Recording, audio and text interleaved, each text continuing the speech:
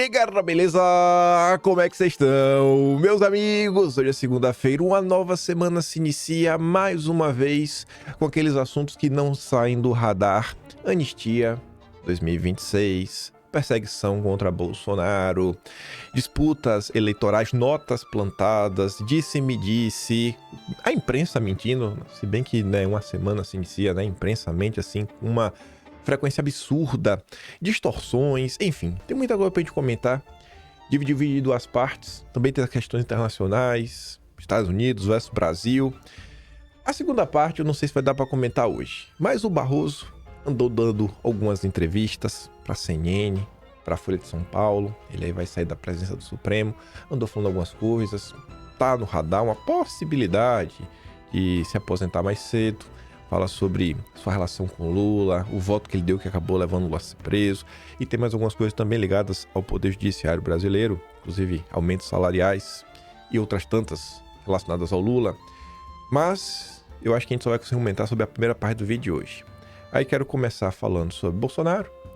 Na verdade eu quero começar só mostrando uma coisa. A gente vai falar sobre isso ao longo do vídeo. Estamos na Folha de São Paulo. A revista tem, na versão impressa, viu? Tá até minha foto ali, né? Quer que sobre isso a gente falar? Vamos falar sobre isso. Vamos falar de 2026. Flávio Bolsonaro desmentindo a imprensa. A imprensa agora de manhã, madrugada, falando sobre Bolsonaro. Que Bolsonaro teria dito. Mais uma nota do que Bolsonaro teria dito. Aí depois tem uma análise aí que o Centrão andou comentando pro Metrópolis. Aí vamos falar do Eduardo, vamos falar dessa matéria. Vamos falar do Estadão. Fez um editorial ridículo, como sempre. Celebrando aí, né, uma possibilidade do bolsonarismo ser destruído, enfim. Esses e outros assuntos a gente vai comentar. Já me estendi demais na introdução. A gente vai falar dessa matéria mais adiante, né? Mas acho que é a primeira vez que no jornal impresso colocaram minha foto. É a foto padrão que eu uso, né? Vamos ler essa matéria do início até o fim. Temos vários comentários para fazer. Matéria longa, página inteira, né? Mas a gente vai chegar lá. Mas antes, vamos por parte.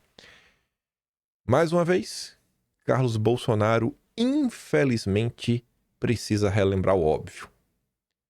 Eu espero que esse tweet do Carlos Bolsonaro, que eu acho que ele deve fazer no dia de hoje de novo, porque esse assunto aqui deveria estar sendo martelado todo santo dia, mas eu espero que o de hoje que o Carlos deve fazer seja o último, porque não tem mais motivo de Bolsonaro continuar preso, continuar sendo massacrado, sendo que ele não foi denunciado nesse inquérito, pelo qual todas essas cautelares foram impostas.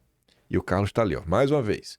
Bolsonaro, o maior líder político do país, segue banido das redes sociais, com tornozeleira eletrônica, preso, incomunicável, vigiado diariamente na porta de sua casa, com carros revistados ao entrar e sair de sua residência, monitorado como jamais visto na história do Brasil. Tudo isso por um inquérito que sequer foi denunciado. Essas absurdas cautelares já deveriam ter sido revogadas de ofício. A defesa protocolou o pedido, mas após mais de 96 horas, o relator segue em silêncio e, como de costume, descumpre o que determina a lei, assim como o AB e todos os que querem a sua alma. Pare a tortura, pelo amor de Deus. Os aliados de Bolsonaro, aqueles que quando abre a boca, vira notícia na imprensa, como o Ciro Nogueira. Você vê que aquele bate-papo, né? Aquele debate do Ciro Nogueira com Paulo Figueiredo foi notícia na imprensa. Por quê? Porque o Ciro Nogueira tem um peso. Então, tu já pensou se os tais aliados de Bolsonaro comentassem sobre isso, dessem destaque sobre isso, virasse assim uma pauta de urgência nacional? Cadê o Michel Temer? Cadê o Michel Temer, o pai da pacificação nacional, para falar sobre isso?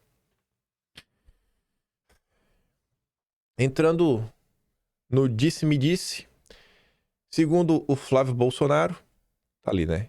Bolsonaro é aconselhado a escalar Flávio para conter ações de Eduardo nos Estados Unidos. E o Flávio disse: esse pedido nunca chegou a mim. Cristiano Zanin, advogado de Lula em 2016, aspas, não há remédios eficazes no Brasil para cessar violações a direitos humanos.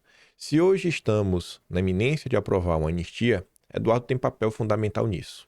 Quer dizer, né? Bolsonaro é aconselhado a escalar Flávio para conter ações de Eduardo nos Estados Unidos. E o Flávio tá falando, cara, são as ações do meu irmão que estão ajudando o Brasil a discutir a anistia. E o Flávio também falou que ele não deu um chega pra lá não no Ciro Nogueira. Não deu a voadora. Acabei de falar com meu amigo Ciro, que passa bem após minha voadora, converso com ele frequentemente, nunca deixei chegar para lá em conversa duríssima. Essas pseudofontes acabam com a credibilidade da imprensa.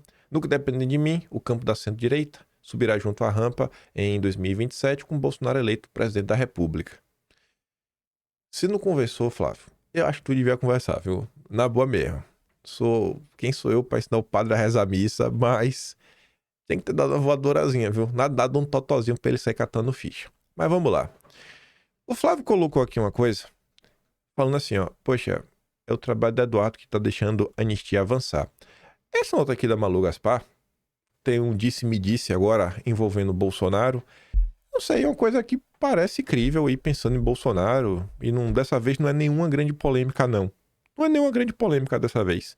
Mas achei curioso isso aqui ser pautado ao longo do dia de hoje, né? Porque é segunda-feira, vai começar a semana agora. Possivelmente está na agenda da semana, das articulações políticas ao redor do Brasil, discutir sobre a questão da anistia.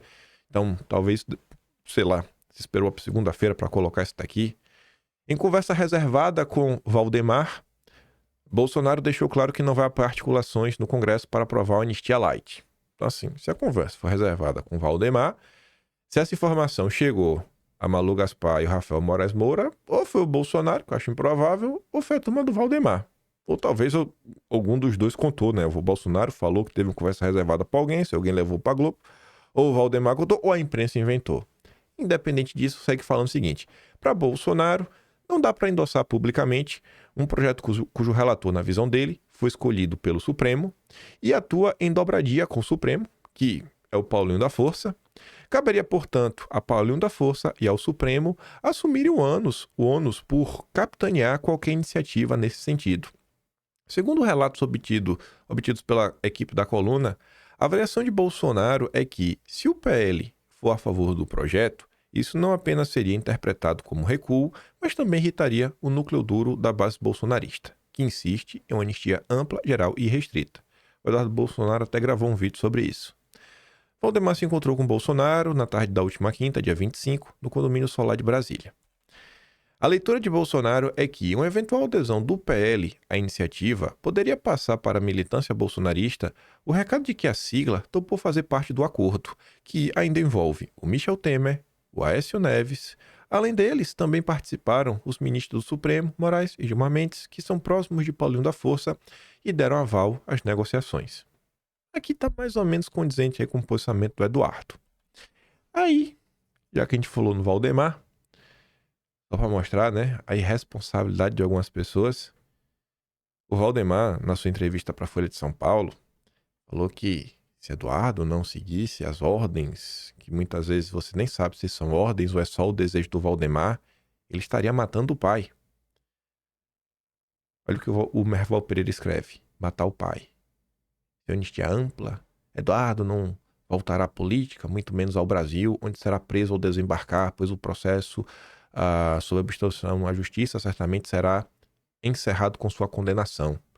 E aí o Merval diz que tudo que Eduardo está fazendo pela anistia não é a favor de seu pai, não é a favor dos condenados, mas a seu favor pessoal. Pare e pensa comigo. Assim, Eduardo estava de boa até março. Ele estava de boa. E ele estava já nessa de lutar pela anistia, lá de março. Por que cargas d'água Eduardo estaria lutando pela anistia antes sequer de ser alvo de qualquer inquérito? Faz algum sentido isso?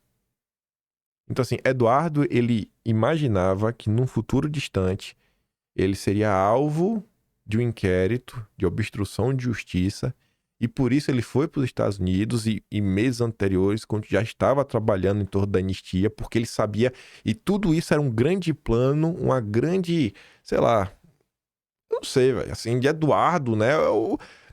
Não dá, pô. Não dá. Não dá para levar a imprensa a sério. E isso daqui, grande parte, é graças ao Valdemar. Porque é o Valdemar que falou sobre isso. Então, parabéns ao Valdemar. Se não fosse você, o Merval Pereira não tava falando isso, né? Não tava encontrando eco nas suas palavras. E a Thalita fala, né? A Globo é um dos maiores problemas do Brasil. Um dia, e esse dia vai chegar, essa emissora, né, de porcaria, que passou décadas manipulando, distorcendo, destruindo reputações, vai ter que responder por cada desgraça que ajudou a construir neste país. Eu estarei aplaudindo a queda. Não sei se esse dia está perto, acredito que não, mas eu torço demais para isso acontecer. Aí Carlos Bolsonaro fez um comentário que me alegra muito. Mais uma vez surge o discurso. O grande adversário num regime de exceção seria o Lula, que é o discurso do Ciro Nogueira. Claro, cá estamos, com um convite à união. Entreguem tudo e esperem receber em troca apenas escravidão e aniquilação. Cinismo puro. Os paladinos da chamada União da Direita defendem na prática uma submissão dócil ao seu projeto de poder, disfarçada de pacificação, convocam, venham e se submetam escravos, e chamam isso de moderação. Nenhum desses pregadores está disposto a ceder. O dogma da união serve antes aos interesses escusos de quem o proclama. O que é que a galera da União da Direita está disposta a ceder pro bolsonarismo? No quê? É sério, tem algum ponto assim? O que é que o bolsonarismo vai ganhar? Assim, só não vai ser o Lula o presidente? É só isso?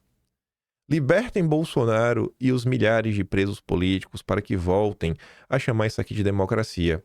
Pois frente aos fatos, qualquer um sabe que não é, e fingir normalidade diante do atual cenário nacional é simplesmente oportunismo permitido, por conta de uma direita permitida. E a turma da União da Direita foi lá chorar no Metrópolis. O Vanguardian compartilha a nota. Vamos olhar o que a União da Direita está dizendo, de Eduardo.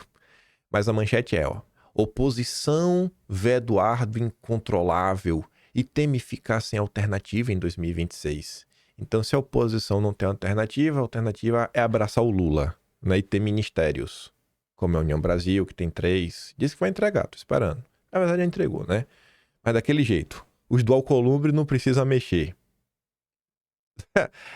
Entregou o ministério, mas do Alcolumbre é dele, né? Ou seja, não entregou o ministério. E o Carlos sabe, e o Celso, Carlos sabe, o Sabino do turismo tá colocando o peixe dele também. E já declarou apoio ao Lula. E igual o PP, que disse que também vai entregar, mas o Fufuca já declarou voto no Lula. Aí o Fábio Van Garten comenta, né? Imaginem vocês, seu pai com sequelas gravíssimas por conta de um atentado sem culpados. Seu pai condenado a mais de 25 anos por um crime possível que não cometeu. E o problema é o Eduardo? O problema é o Eduardo. Oposição vê Eduardo incontrolável. Acordem, pelo amor de Deus. Aí tá ali, né? Partidos de todos os espectros da direita, os de carteirinha e os ainda com o pé no centrão. Aí eu fico pensando, né? Os de carteirinha. Gente, quais são os partidos de direita no Brasil?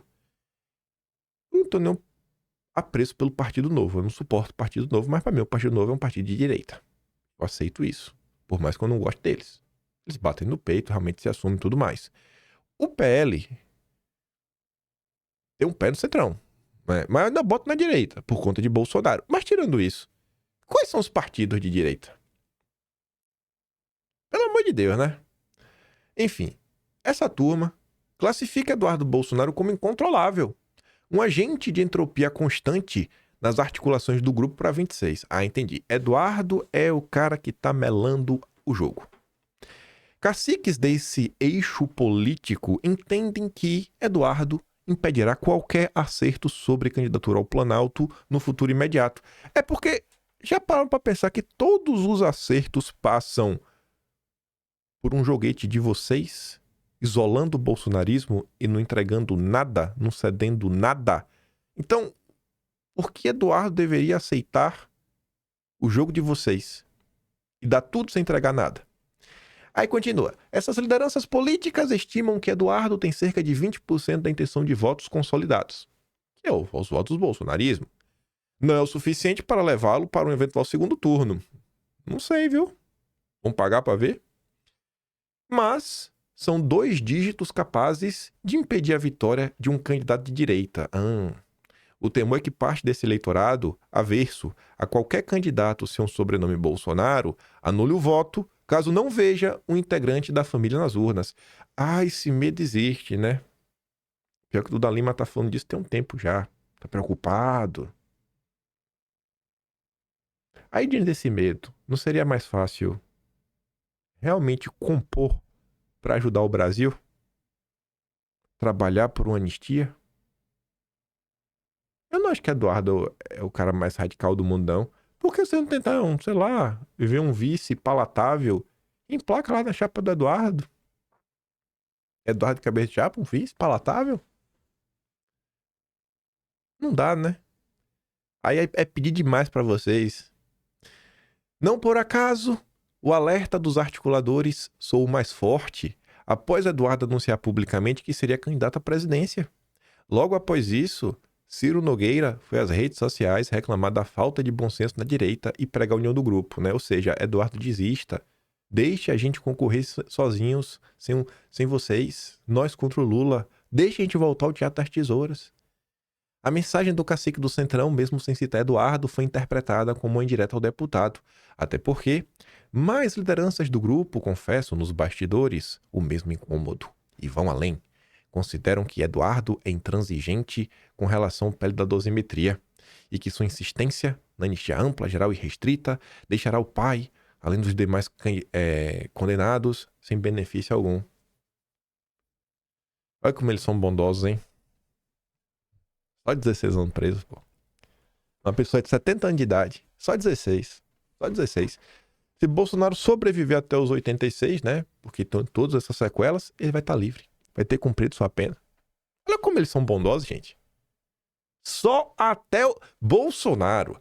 Você só ficará preso até os 86 anos de idade, Bolsonaro. Não é mais até os 97.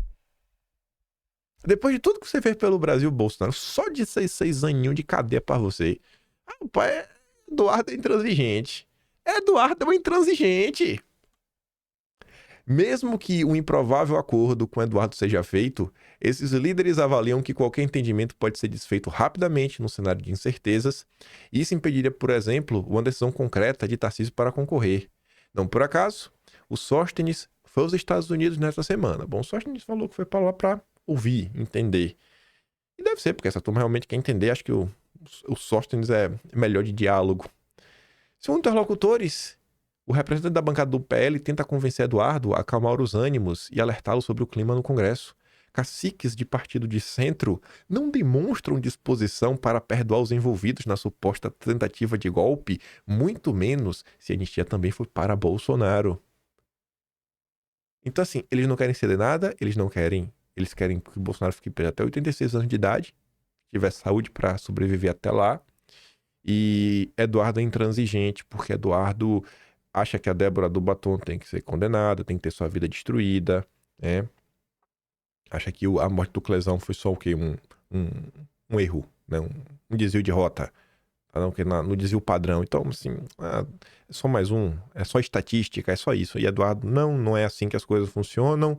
Eduardo tem que assistir, não sei, calado, o Felipe Martins, que não viajou, não estava na reunião, todas as provas mostram o contrário, sei lá, já ter passado 6 meses na cadeia, um tempo na solitária, e todo mundo vendo ele ser encaminhado para ser preso também, condenado, e tem que assistir calado, e tem que assistir a todas as pessoas que foram perseguidas pelo regime, algumas sugestões exiladas, a continuarem exiladas.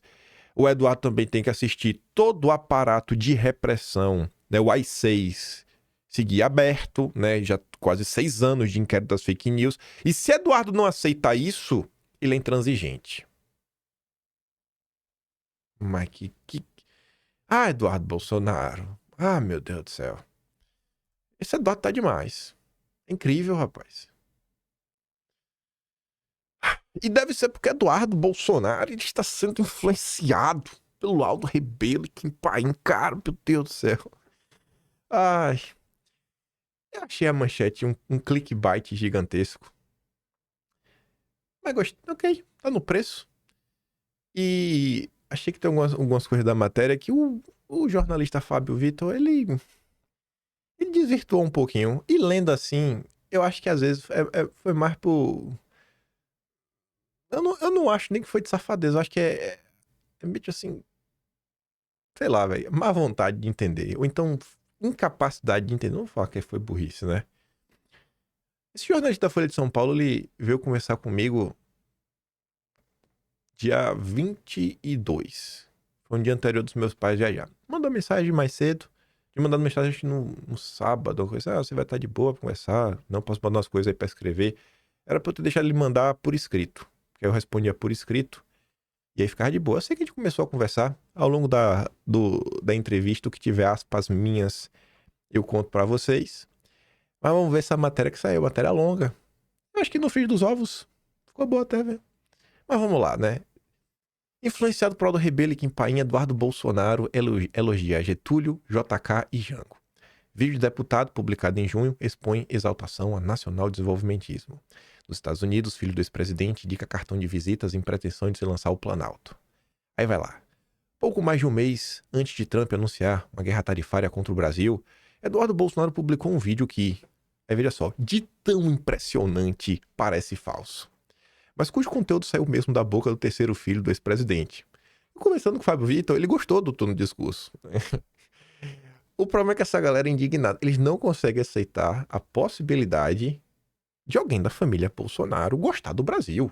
Ou ter algum tipo de intenção nobre, porque são monstros. Como assim esses monstros podem falar alguma coisa boa, né? De tão bom, rapaz, parece até falso. Ai, ai, ai. Aí vai lá. A publicação de 1º de junho exalta o nacionalismo, conclama o reencontrar o verdadeiro espírito brasileiro, e um trecho em que Eduardo elogia 3 símbolos brasileiros dessa corrente: Getúlio, o Juscelino e o Jango, né, depostos pelos militares no golpe de 64. O Juscelino era presidente, né? Foi inelegível e tudo mais. Mas enfim, Eduardo não só elogia esses 3. Eduardo fala de diversos nomes ao longo, né, do processo. Eduardo, ele na verdade começa falando do Império, fala de Dom Pedro, fala da República Velha, aí ele fala passa da Era Vargas, aí passa pela República Popular, passa pelos militares e fala da Nova República também por alto. Acho que ele passa. E depois no final ele fala do Urbano, enfim. Mas vida que segue. Se queremos nos reencontrar enquanto nação, diz o deputado, nós temos que enxergar as figuras históricas do Brasil com um olhar nacional e não partidário. Não falou só isso. Se você pegar o discurso do Eduardo na época, ele fala sobre isso. E ele ficou assim, não partidário, mas também prestando atenção na sua, assim, entendendo as nuances. Quando você lê o discurso do Eduardo na íntegra, que ele vai falando assim, ó, ele fala, a República Velha teve isso de problema, mas também foi a base para isso. Não é que ele tá falando para separar a política, ele tá falando assim, a gente tem que olhar de forma um pouco mais ampla, analisando as complexidades e as nuances. Esse discurso eu cheguei a transcrevê-lo todo e comentar em vídeo ele transcrito, e tá lá no Atlas de junho, foi no mês de junho. Enfim, Getúlio foi por anos ditador na aliança com militares e conservadores e depois se tornou o principal líder trabalhista do país. Mesmo a extração de Jango, JK, eleito pelo centrista PSD, também teve uma trajetória muito mais à esquerda que o direitista radical Bolsonaro e seus filhos. Então, essa questão do JK até mais à esquerda, aqui já é a interpretação do jornalista no sentido do, se o JK tomou alguma medida mais, sei lá, popular, com a preocupação social, isso é de esquerda, porque a direita não é preocupada com isso.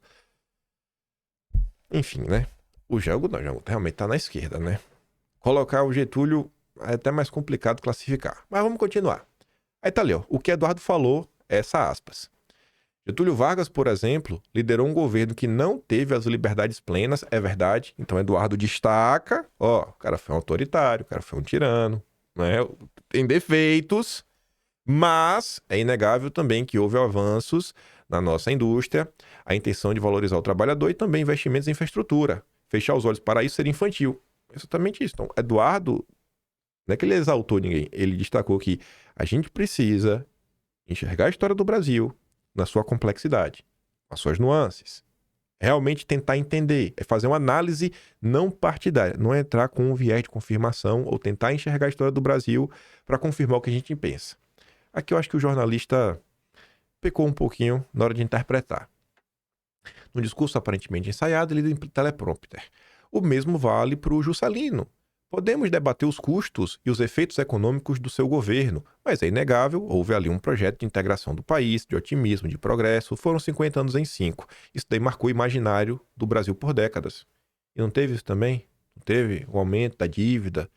O pessoal também fala muito, né, dessa valorização em excesso do transporte rodoviário, não ter um olhar tão bacana para a questão dos trens, sei lá, transporte hidroviário como um todo. O elogio a Jango é o menos empolgado, né? Olha, a matéria começa falando, né? Exaltou o Jango. Ó, ele elogia os 3 símbolos, né? Elogia. Mas o menos empolgado. Mas não deixa de ser surpreendente, né? O jornalista gosta, mas ele gosta no final do dia. Não é diferente com o Jango. Podemos concordar ou discordar das suas propostas. E Eduardo diz, ó, eu certamente não sou um fã dele. Mas é injusto negar que muitas delas nasciam com a intenção de dar respostas a anseios populares. Ou seja, Eduardo sequer tá elogiando o Jango. Não tem elogio. Ele tá falando, ó, cara, ó, vamos analisar a história do Brasil. A gente tem que compreender por que o Jango propôs determinadas coisas. Isso não é um elogio, né? Ele inclusive falou, pô, não é diferente com o Jango. Como também não fez por vaga, não tem um elogio, tem, cara. Nós precisamos, que é o que tá aqui, ó, reencontrar o verdadeiro espírito brasileiro. Entender o país, ó.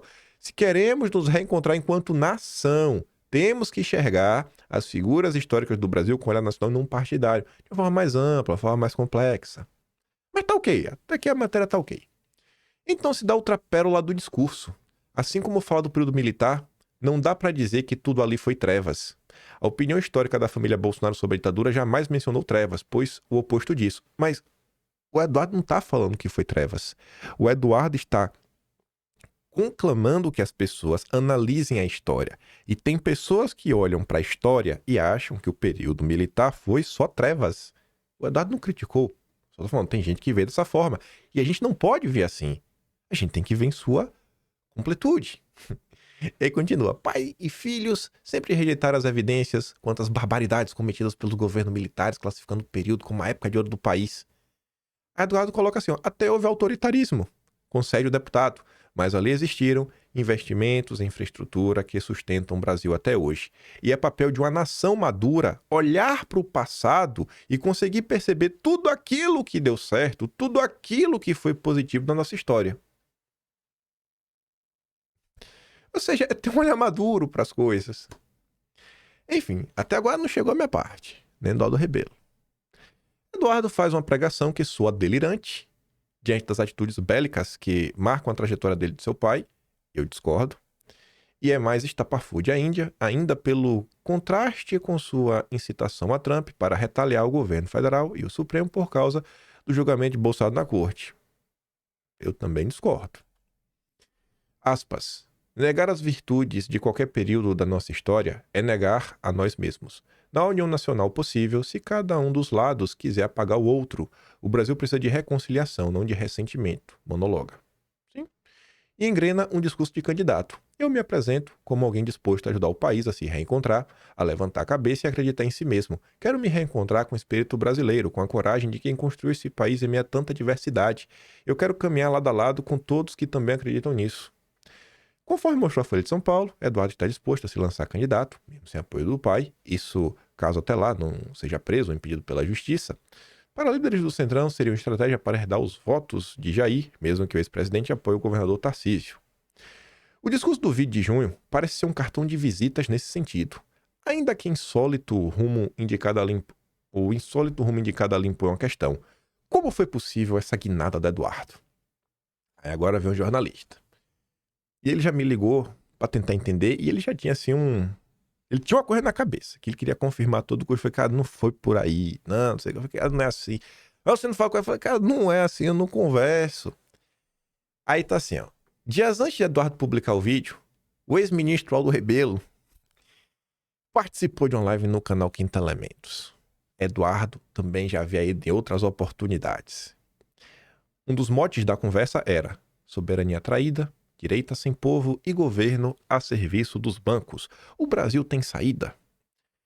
E aqui ele colocou uma frase que eu não lembro se o Aldo Rebelo falou nessa entrevista ou se o Aldo Rebelo falou pro Fábio Vitor. Inclusive ele falou que ele pegou meu contato com o Aldo Rebelo. Procurei fazer uma ponte do nacionalismo com os liberais, mostrando que Getúlio fez uma revolução com a chamada Aliança Liberal, porque liberalismo e nacionalismo juntos não são estranhos no Brasil. Resume o áudio.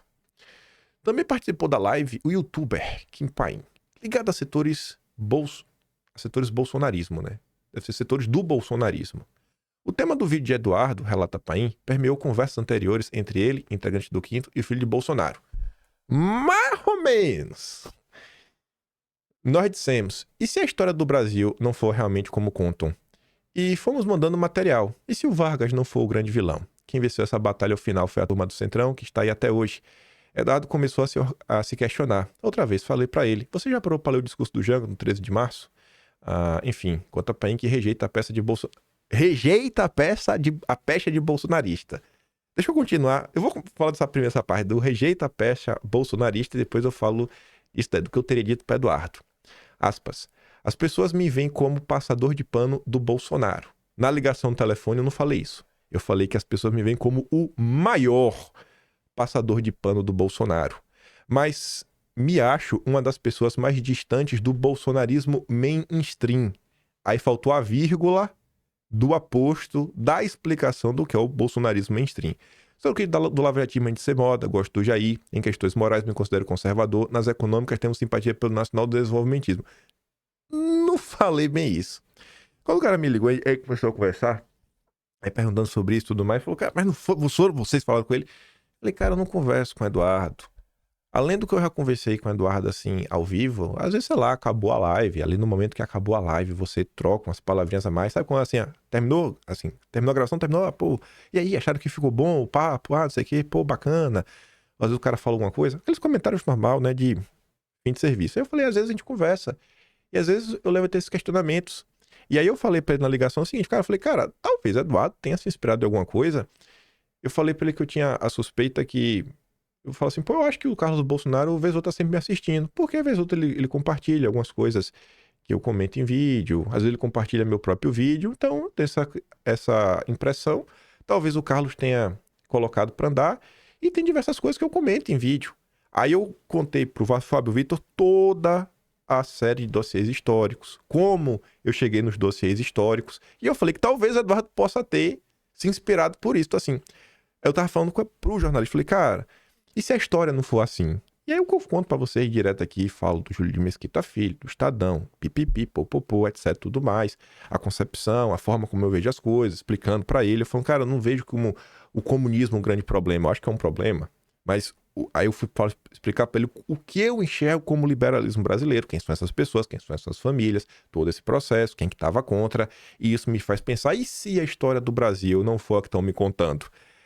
Aí disso virou na matéria como se eu tivesse chegado diretamente para Eduardo e falar, Eduardo, isso aqui tu já leu? Isso aqui, aquilo outro? Não foi bem assim. Mas tá ok. Tá no pacote. E eu acho que fica bom na imprensa. Que querendo ou não, pensa no cara que tá lendo isso daqui, né? O cara que não me conhece. E os leitores da Folha de São Paulo, majoritariamente de esquerda, né? Ou de centro, como eles dizem. Eu acho que o cara deparar um cara que fala, pô, esse maluco... Quem é esse maluco aí? Aí ele vê a foto lá, né? Esse maluco que tá lá embaixo do Aldo Rebelo também tem um bigode. É de direita, mas tá se questionando sobre esses assuntos. Um olhar diferenciado, né? Sei lá. Pode passar a impressão que o bolsonarismo é muito mais complexo do que eles imaginam. Se você parar pra olhar aqui, ó. Eu rejeito a pecha de bolsonarista. Só que depois ele diz, né? Uma das pessoas mais distantes do bolsonarismo mainstream. Aí eu tava explicando pro Fábio Vitor, eu falei, cara, eu acho que tem uma incapacidade da imprensa de entender as divisões na direita. A imprensa chama tudo de bolsonarismo, que vai do Partido Novo aos setores libertários, a isso, aquilo outro, e quando você vai olhando, são tantos subgrupos diferentes que é complicado. Aí eu fui falar, né, dos canais de direita que vocês conhecem muito bem, eu falei, eu tô distante de vários desses canais. Diversas pessoas me odeiam, não me suportam, por diversas razões. Então, aí eu falo, porque ele me perguntou, como você se rotula? Eu falei, cara, é difícil me rotular, porque me vem como o maior passapanista do Bolsonaro e, ao mesmo tempo, o que se chama de bolsonarismo, você pega, me odeiam. Então, o que é que eu sou? Aí eu comecei a falar com ele, se você pensar em questão de costumes, de valores, pô, eu sou um cara conservador, católico, contei a história, minha família, tudo mais, pipipi, ppp. Aí eu falei, quando eu falo, não, eu sou um crítico do Lava Jato antes de ser moda. Daqui vocês que me seguem, acho que conseguem compreender isso daqui muito mais. Eu falo, pô, essa questão do judiciário, como as coisas acontecem, explicando as críticas que eu já faço. Então, o que eu tô criticando hoje, eu já tô criticando lá de trás. Fiz comparações pra ele. Eu gosto do Jair, inclusive, né? Eu assumo publicamente bolsonarista. Agora, eu tentei classificar. Na economia, aí eu não falei isso. Na economia, eu lembro de ter falado pra ele no telefone o seguinte: falei, eu acho que o comunismo não tem nenhuma chance de dar certo, mas eu também rejeito o liberalismo brasileiro. Então, aí eu comecei a tentar explicar. Falei, por exemplo, eu dei como exemplo a forma como o Partido Republicano do Arthur Bernardes. Falei isso daí pra ele. Fui até porque tava conversando as coisas, botando assunto. Aí ele entende isso como nacional desenvolvimentismo, que eu acho que tem um certo salto lógico nessa afirmação, né? Porque se você me pedir para caracterizar o que seria um nacional desenvolvimentismo, também é complicado. Eu falei para ele que no frigir dos ovos, eu não sou contrário ao mercado privado, à iniciativa privada, mas eu também acho que o Estado, nação, tem um papel no desenvolvimento econômico. Mas ainda assim, eu acho que tá de boa. Nada, quem tá lendo essa matéria, fala, esse maluco aí é diferente. É doido esse maluco, o orelho do bigode. Paim diz que ter adorado o vídeo do Eduardo. Falei isso pra ele. Falei, adorei. Eu adorei esse vídeo. Considera ser possível uma aliança com setores tidos como adversários, porque nem todo mundo na esquerda tem a mesma agenda. Aí eu fui falar pra ele, fui explicar o comento em vídeo, mostrar como a direita tá rachada. Aí fui contar coisas que eu sinto que nem ele tava entendendo. Já falei com o próprio Eduardo e com o Aldo. Sim, eu falei com o Aldo na live. Aldo, o que vocês na esquerda cresceram chamando de imperialismo, essa direita que tem aí chama de globalismo. No frigir dos ovos é a mesma coisa. Já para Eduardo, eu falo. O que tu aprendeu como globalismo, a esquerda chama de imperialismo. Tem que conversar. Isso aqui eu falo em vídeo, né? Isso aqui realmente sou eu. O youtuber defende que Eduardo se lance candidato a presidente, só por se lançar. Eu não usei essa expressão, né? Só por se lançar. Eu defendi que Eduardo se lance candidato. Não tendo Bolsonaro, eu defendi que Eduardo seja candidato. Não é só por se lançar. Eu também não falei ganhar ou perder, tanto faz. Eu falei que, mesmo da derrota, existe vitória. Hoje eu não acho que tem solução a partir de 26. Eu colocaria meu barquinho na água só para montar um grupo verdadeiramente coeso. Solução, eu tô falando de solução real pro país. Eu tava explicando para ele todo o processo. Eleição legislativa, como enxerga que o Centrão vai continuar tendo uma bancada. Por mais que você eleja um Senado, não vai ser realmente o Senado alinhado ao que a direita espera. Então eu falei, pô, o caminho passa por montar verdadeiramente uma base coesa, organizada. Mas eu também acho que tá de boa. A minha matéria tá boa no final do dia. Quanto à contradição de Eduardo em adotar um discurso nacionalista e atuar junto aos Estados Unidos contra o Brasil, quem afirma aqui? Daqui a 5 anos talvez ele nem precise explicar. Poderá dizer que fez o que tinha que ser feito porque era filho de um ex-presidente tentando proteger o pai. O agnado nacionalista não vem do dia pra noite, é um processo, uma luta. Ele tava perguntando, pô, mas como é que Eduardo pode falar isso, aquilo, outro? Aí eu falei, cara, é tudo percepção. Aí eu tava falando, pra você tá acontecendo isso. Mas pra mim tá acontecendo isso, e as pessoas da direita veem que tá isso. Aí eu comecei a trazer os exemplos do judiciário. Eu lembro que eu fiz na ligação. Alguns abusos que tá acontecendo. Eu lembro de ter citado o caso do Felipe Martins, que é bem icônico. E eu citei algum outro caso. Citei mais algum caso. E ele até meio que deu uma concordada, né? É difícil não concordar. Eu falei, então, pode passar o tempo, a depender da visão das coisas, o pessoal vai olhar, cara, realmente ele estava ali, porque você entende todos os absurdos que foram feitos, né? A história que ficou no imaginário popular é a explicação, né? A explicação sólida do que foi a perseguição judicial e que Eduardo estava tentando fazer isso, sabe? Porque assim, o grande ponto dele era como Eduardo pode dizer que ele é um nacionalista, ele é um soberanista e ele quer ajuda internacional para resolver o Brasil. Porque simplesmente todas as instâncias possíveis no Brasil foram esgotadas, não tinha mais pra onde correr. E eu falei, no final do dia, eu pensava, olha pra tava defendendo o pai, realmente, defendendo perseguição. E eu falava que esse processo também não vem do dia pra noite. É um processo, você vai indo, né? Até entender o que é o soberanismo brasileiro, o que é o nacionalismo brasileiro, o que seria o patriotismo brasileiro. Pai arremata com um recado que passou Eduardo e outros bolsonaristas. Vocês têm voto, mas não têm um projeto de país. Tem que trazer pra perto quem tem. Se sentar e organizar, a coisa vai pra frente. E eu falo isso mesmo, eu falo isso aqui quantas e quantas vezes precisamos de um projeto de país. E isso eu já falei pro Eduardo, tanto ao vivo Quanto no pós-live, eu já reforcei, Eduardo, você deveria ler o projeto 2025 da Heritage Foundation, que é a base aí do governo Trump. Leia! Não porque o que está lá é aplicável 100% no Brasil. Tem coisa que é aplicável. Mas para você até entender o tipo de discussão, as preocupações, o que é um projeto como esse, lendo você consegue imaginar o trabalho que tem por trás, como esse trabalho foi feito. Se inspire. Isso vai ajudar muito. O advogado Fábio Van Garten, que foi secretário de comunicação do governo Bolsonaro, também fez contato com o Kim? Sim, faz comigo. Aí depois ele fala isso aqui do Fábio. E do que me consta, eu realmente nunca ouvi falar do Fábio ter entrado em contato com Ciro Gomes, Mangabeira, Roberto Requião em busca de aproximação. Aí diz que hoje no MDB, né, o Aldo considera que Painho, os integrantes do Quinto Elemento, convenceram o Eduardo a gravar o vídeo, mas admite que suas próprias ideias estão ali. Aqui agora é o Aldo Rebelo, que o Aldo falou para o jornalista. Um exemplo. Aldo está escrevendo um livro sobre Dom Pedro I, um herói necessário, cuja intenção é recuperá-lo como um dos mitos fundadores do Brasil. Em lives e palestras, afirma que, se for ressaltar apenas o lado negativo, Dom Pedro será lembrado como um mulherengo e não como um estadista. Pai mandou um vídeo desses para o caçula do primeiro casamento de Bolsonaro. Eu não mandei esse vídeo. Eu falei também na ligação. Falei, porque ele veio me perguntar, você acha que aquele vídeo do Eduardo pode ter sido influenciado pelo Aldo Rebelo?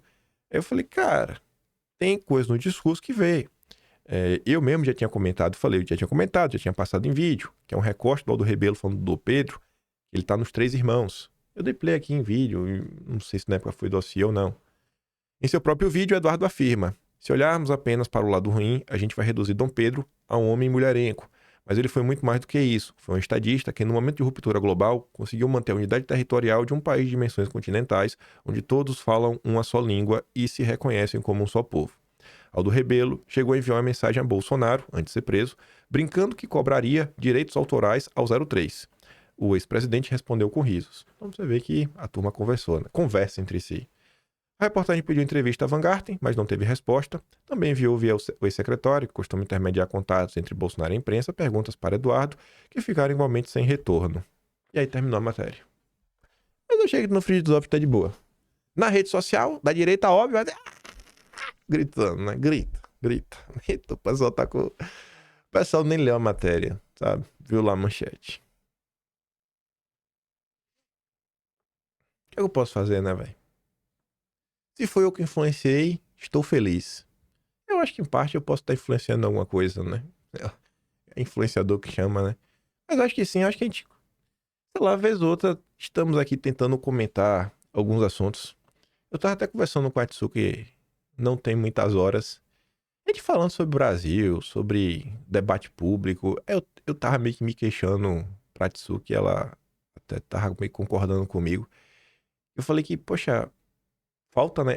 Eu tava mexendo no meio da direita, né? A Atsuki falou, tu tava meio puto, meu dia hoje foi tudo agoniado. Aniversário de minha sogra, eu tendo aulas pra encerrar. Quando minhas coisas estão atrasadas, eu não fico bem. Aí eu tava falando, reclamando da direita, assim, de algumas coisas, ela tava estendendo, a gente falando assim, pô, olha como hoje, normalmente, né? Você traz a matéria e normalmente, a maior parte do tempo, seja a imprensa em geral, esquerda, centro, consórcio, foca em tentar rebater o que está sendo dito na matéria. Não tem, assim, uma análise dos detalhes da matéria. Às vezes o pessoal fala assim, foi publicado na Globo, tá, morreu aí. Mas vamos pegar que seja a Globo. Quando tá se discutindo sobre alguma questão financeira, como foi lá atrás, o Haddad, protocolando algo que pode ser prejudicial para os bancos. Poxa, eu não sou especialista nisso, mas eu gosto de trazer, às vezes, isso daí, mostrar, olha, a Globo tá batendo. Por quê? Por causa dos bancos. Quem tá batendo para o Gerson Camarote.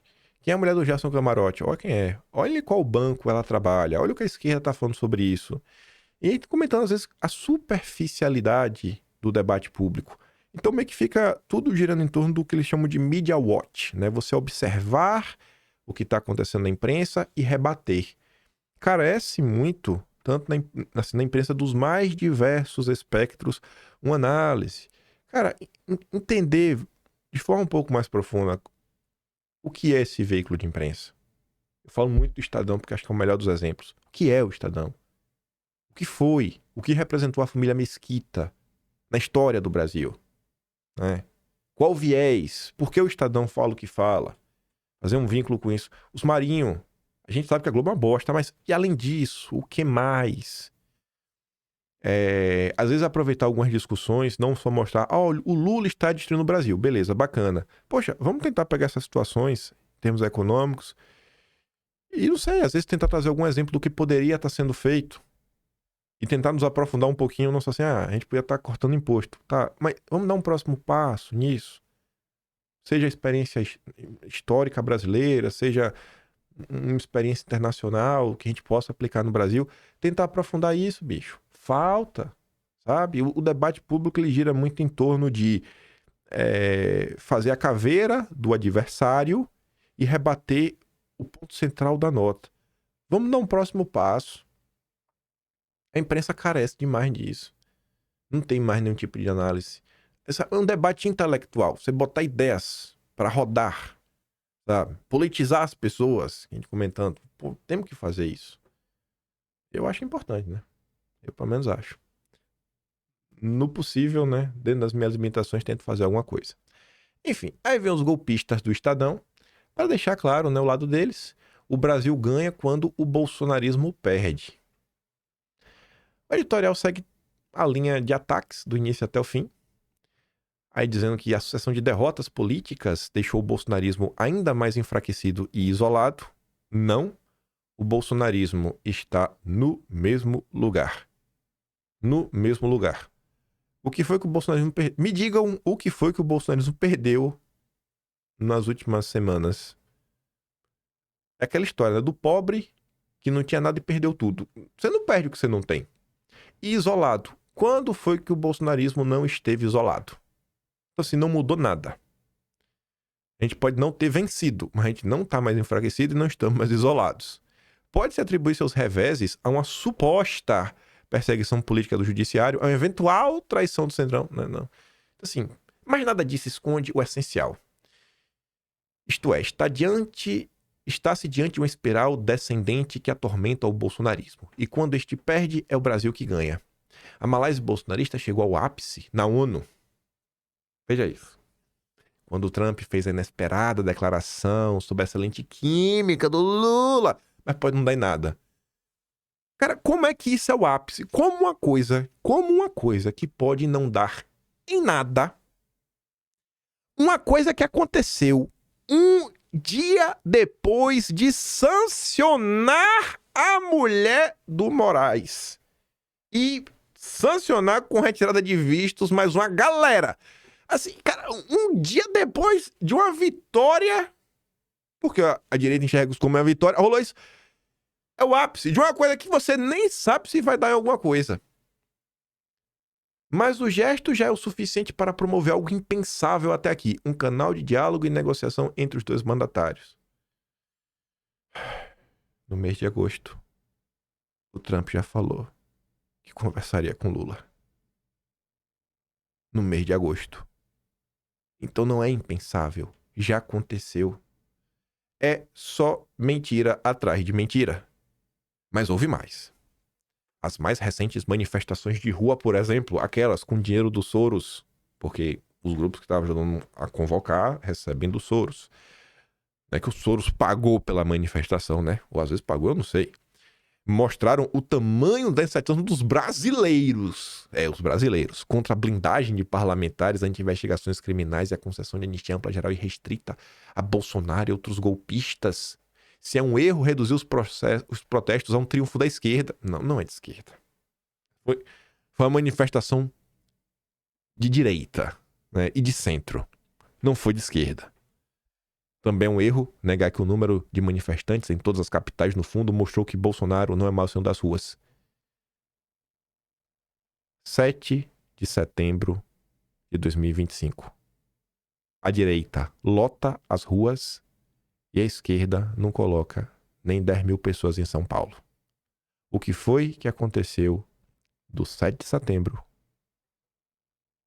pro dia 20... Foi dia 21? 21? Foi? Dia 21. O que foi que aconteceu do dia 7 pro dia 21 que fez o bolsonarismo perder as ruas? Seria bacana a esquerda chamar uma nova manifestação para ver se vai colocar 40 mil pessoas no showmício. Eloquência da reação popular. Showmício. O Estadão precisa ser responsabilizado um dia. Além disso, a PGR denunciou Eduardo no inquérito da coação. Aí vai para os finalmente. O infortúnio parece evidente e não só fruto apenas das circunstâncias internas, é resultado, sobretudo, dos próprios erros e da fadiga nacional com esses inconformados com a democracia. Como é que é fadiga se a manifestação do 7 de setembro tinha mais gente do que as manifestações anteriores, em mais cidades do país? Que fadiga é essa? Recorde-se que Bolsonaro se elegeu no tsunami conservador e antissistema. Entre outras bandeiras, propunha o amor à pátria contra a ordem globalista que violava a soberania nacional e a rejeição à velha política vista como corrupta. Acreditou quem quis. E não fez o que ele fez? Em sua cruzada, trabalhou para minar a justiça eleitoral. Ele não é de sistema? Não foi com o sistema? Exatamente, ele foi. Ou seja, ele foi de sistema. Sucumbiu à velha política. Sucumbiu fazendo o quê? O que ele sucumbiu fazendo na velha política? Atacou a democracia. Não. A democracia! Tentou dar um golpe e foi vencido, limitado pelos diques de contenção das instituições democráticas. A partir daí, o bolsonarismo se restringiu a uma pauta única: livrar o seu principal líder do julgamento e da cadeia. Nada mais lhe importa nem mesmo a pátria. Ainda é válida a velha máxima cunhada pelo ex-governador mineiro Magalhães Pinto, o golpista Magalhães Pinto, o grande golpista e do Banco Nacional, patrocinador do Jornal Nacional, que dizem nas más línguas que esse é daí que vem o nome. O Boni nega, mas... o sobrinho dele é amigo pessoal do Roberto Marinho. Tá vendo as pessoas que o Estadão exalta? São os golpistas históricos deste país. Segundo a qual a política é como nuvem. Você olha, está de um jeito, olha de novo, já mudou. Não está escrito nas estrelas, portanto, nem que o calvário bolsonarista prosseguirá, nem que seus métodos conseguirão seduzir alguém fora do mais restrito grupo de liberticidas inconsequentes. Mas, considerando a atual direção e ritmo dos ventos, o Brasil pode começar a vislumbrar como a real chance de se ver livre dessa força política reacionária e destrutiva que tanto mal vem fazendo no Brasil. É só torcida, mas essa torcida é boa de ver, porque você vê o que a imprensa realmente pensa, o ódio que eles têm. Aí vem a Folha. Celso Rocha de Barros, que tem um livro escrito sobre o PT, elogiando o PT. Trump pode ter percebido que Eduardo e Figueiredo mentiram para ele. O Brasil é uma democracia. A imprensa comemora 39 segundos de Lula com Trump como se fosse um grande encontro de chefes de Estado ou uma amizade internacional. Não deu nem tempo de tirar uma foto oficial. E se fosse Bolsonaro, chamariam de vexame diplomático. Beleza. A mesma Folha de São Paulo, que deixou o Celso escrever essa pérola, vem no mesmo pacote do Estadão. Isso aqui eu vejo, às vezes, faltar. Eu estava conversando com a Atsuki, né? E ela fez exatamente isso. A Folha treinando futurologia. Como ler essa matéria? Isso é importante. Ensinar o povo a ler. Trump pode ter percebido que Eduardo e Figueiredo mentiram para ele. Pode, né? Pode. Ou seja, Trump pop, joga uma bomba. De qualquer forma, ou seja, arrefeça, baixa o tom. Afinal, né? Virou fumaça. E a abertura das negociações não quer dizer que elas serão fáceis. Ou seja, não dei nada. Já diminuiu o tom de novo. De qualquer forma, pode não ter se arrependido. Ou seja, o Trump não dei nada. Talvez se arrependido apenas de patrocinar golpistas fracassados cascateiros, ou seja, voltou ao estado normal, ou seja, espanzinhar os bolsonaristas. Em resumo, lançou impacto, relativiza, desfaz, desgasta, esvazia, encerra na crítica de sempre. Aí vamos ver, né? Tudo que aconteceu e vamos ver a fraqueza de Eduardo Bolsonaro. O flautista de Genebra, ele não tá em São Paulo, não. É porque essa matéria foi escrita pela imprensa, tá citando o Jamil, né? Então, Jamil, 2 pontos. É o UOL citando o Jamil. Aceno de Trump a Lula é visto como derrota do grupo de Rubio nos Estados Unidos. Ficou absolutamente evidente já naquele cenário da Assembleia Geral a cara do Rubio nada satisfeito com o que ele estava vendo. Precisamos entender o governo americano para além de um bloco monolítico, como é no Brasil e em qualquer governo do mundo. Esse maluco que deve estar me assistindo. O Jamil Chat está me assistindo, porque eu falo exatamente isso. Não é um bloco monolítico. São forças e ministros diferentes, quase vice-reis, que tentam influenciar o presidente para ir em uma ou outra direção. Rubio tem uma aliança muito mais próxima ao bolsonarismo e ao próprio Eduardo Bolsonaro do que qualquer outro ministro dentro do governo Trump. É uma ala mais ideológica. E se você pegar o projeto 2025 e analisar o que está sendo dito sobre a questão do Ministério das Relações Exteriores, você vai ver que realmente existe uma preocupação ideológica. Segundo Jamil, o racha não se limita ao Departamento de Estado. Setores ligados ao comércio defendem menos hostilidade, enquanto o grupo de Rubio representa a ala mais radical do trumpismo. O Tesouro Americano é o principal contraponto, mas que vem dentro de um outro arcabouço, que é o STR, que é o Escritório de Comércio da Casa Branca, e também o Departamento de Comércio. Existe uma separação, um racha, não só na questão com o Brasil, é algo um pouco mais profundo. O Departamento de Estado com Marco Rubio é visto como algo talvez um pouco mais radical ou mais próximo à ideologia da base mais radical do trumpismo. Já o pessoal do comércio, obviamente, não rasga dinheiro e tem outra percepção e outros contatos também. A turma do Roberto Campos Neto está tentando influenciar isso daí através do Maurício Claver Carone. O Roberto Campos Neto, ele realmente está fazendo isso. O Roberto Campos Neto, que teve a oportunidade que teve de vida de presidir o Banco Central Brasileiro, está trabalhando para tirar a anistia do debate. E se eu critico ele, eu sou louco, né? Como assim eu ouso criticar o Roberto Campos Neto? Essa é a força do Eduardo. Nenhum governo, todo mundo toca a mesma música. E essa galera do dinheiro, normalmente sempre pensa no dinheiro, né? Economista é miséria. Só os caras têm uma dificuldade de chegar ao lado ideológico da vida. E Eduardo conseguiu. Na cara e na coragem. E a galera quer vender como derrota. Fraqueza. Assim, eu não consigo entender. Gente, eu sou o louco que tá passando pano ou o que eu falo tem algum fundamento. Seja honesto, velho. Não é possível, pô. Sabe? Não é possível que eu sou o maluco, o doidinho da praça, não. Aí o mesmo Estadão que escreveu aquela porcaria, aquele lixo, e que você vê agora, né? Usando outras coisas pra rebater, é o Estadão que ontem, que foi aí o negócio do jornalismo, uma parada dessa, escreveu: em crise, jornalismo precisa de humildade. É, né? Mas você não coloca isso em prática. Eles sabem o que eles estão fazendo. Eles sabem que eles estão a destruir o Brasil, mas o projeto de poder fala mais alto. Neste Dia Mundial do Jornalismo, é incontornável refletir sobre a interdependência entre a imprensa e a democracia. Onde não há jornalismo, florescem a propaganda, a manipulação e o silêncio. É o Brasil, né? Não tem jornalismo. Sobra propaganda, manipulação e silêncio. O jornalismo profissional sempre foi alvo preferencial dos que aspiram ao poder sem limites. Populistas de direita fazem da imprensa inimiga ser desmoralizado. Trump, Bolsonaro, Orbán, o MOD, todos recorrem à tática de acusar a imprensa de fabricar fake news para justificar suas próprias falsificações.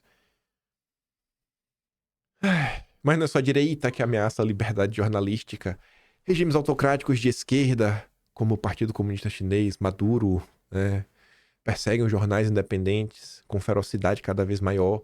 O PT, por sua vez, inventou o Partido da Imprensa Golpista, o famoso PIG, espécie de incluir o maligno dos jornalistas para derrubar os virtuosos governos petistas, e Lula nunca renunciou ao sonho do controle social da mídia, agora reciclado para a regulação das redes sociais. Mas então, o jornalismo é realmente um conluio maligno. Isso aí não tá errado não, viu? Os inimigos da imprensa são evidentes. Não menos grave é a crise endógena que corrói sua integridade. Agora vem a autocrítica. O descrédito generalizado da mídia não se deve apenas à desinformação fabricada por demagogos e redes sociais. Decorre também de escolhas viciosas dentro das próprias redações. A hegemonia progressista. Ele não fala a palavra esquerda, né? Tu vê a dificuldade, né? Por que não fala assim? A hegemonia de esquerda no jornalismo profissional. De esquerda erodiam a confiança de vastos segmentos da sociedade que passaram a enxergar a imprensa não como guardiã dos fatos, mas como porta-voz de uma ortodoxia ideológica. A noção de clareza moral degenerou com frequência em moralismo militante. A busca de cliques levou a sacrificar a imparcialidade em favor de narrativas engajadas ou sensacionalistas. Tá ouvindo, Daniela Lima? Eu não tô falando de você. O problema não se restringe à esquerda. O jornalismo conservador também produziu seus desvios que beiram o negacionismo e a fraude. Aí veja a acusação. Olha o negacionismo. O caso da Fox News, obrigada a pagar quase 800 milhões de dólares por difamar uma empresa de urnas eletrônicas. Ah, meu Deus, como ousa falar das caixinhas dos votos. É um padrão, né, gente? A direita radical descobriu que transformar paranoia em produto midiático rende cliques e votos, ainda que ao custo de envenenar a democracia, ou justamente por isso. Assim, a imprensa se vê sitiada por fora e, em grande medida, corrompida por dentro, de um lado populistas que querem calá-la, de outros jornalistas que, em nome de causas ou da audiência, traíram seu compromisso com objetividade e rigor. O Estadão é ambos. A saída não está em nostalgia nem acomodação, mas em renovação. É preciso recobrar os valores fundamentais do ofício, a objetividade entendida como método disciplinado de verificação, imparcialidade como lealdade aos fatos e não partidos, integridade ética, a contratação de se tornar trincheira política. Mais do que nunca, o jornalismo precisa de humildade para reconhecer erros, corrigi-los rapidamente e cultivar proximidade com o público sem se deixar capturar por ele. E encerra dizendo: no tempo de desinformação industrial, redes sociais viciadas em escândalos e pipipi, popopô, pode fabricar realidades falsas em segundos. O jornalismo profissional é um bem coletivo, mas precioso, não menos. Só ele pode oferecer à democracia uma base factual comum, o consórcio, sem a qual o debate público se dissolve em gritos inconciliáveis. É um trabalho árduo, mas indispensável. Acender luzes onde o poder quer sombras. Dar voz ao que o autoritarismo quer calar. Separar a verdade da propaganda, oferecer verdades incômodas onde o público quer afagos. Sem imprensa livre, a democracia se atrofia. Sem democracia, a imprensa é asfixiada. Por isso, neste Dia Mundial do Jornalismo, o chamado é duplo. Que os governantes cessem seus ataques covardes contra os repórteres e que os jornalistas resgatem o sentido maior de sua profissão. Só assim a liberdade de todos poderá ser preservada. Não tem como levar a sério uma porcaria dessa, né? Mas você vê, eles sabem o que eles estão fazendo. Eles sabem que eles são um problema. Eles sabem disso. Eles sabem que eles são um problema. Mas não querem resolver. Simplesmente eles não querem resolver. Eles não vão deixar. O Estadão falar de abandonar o lado político, assim, é de uma cara de pau sem tamanho. O veículo mais golpista da história nacional, que atuou politicamente já para derrubar o império, quer falar que agora vai... Não vai. Mas não vai de jeito nenhum. Pela madrugada. Ai, viu? Eu fico por aqui. Vamos ver como é que vai ser o desenrolar desta semana. Pedi pra minha mãe, pedir pra uma pessoa já, né? Conseguir comprar um jornal, né? Nunca apareci, minha foto nunca apareceu no jornal. Guardar. Infelizmente meu avô não tá vivo, mas meu avô que lê muito jornal, falava: meu avô, tô aqui, ó, Folha de São Paulo. Já dá pra botar pro cachorro cagar em cima já, na minha cara. Piadas à parte, se gosta do meu trabalhinho, quiser ajudar um pouco mais, pode se tornar membro do canal, tem um botão de valeu, tem um Patreon na descrição e tem um Atlas brasileiro, kimpai.com.br. Lembra daquela coisa de compartilhar também, né? E eu vejo vocês amanhã e fiquem com aquele grande beijo, abraço, tamo juntos. Valeu, meus amigos. Fui!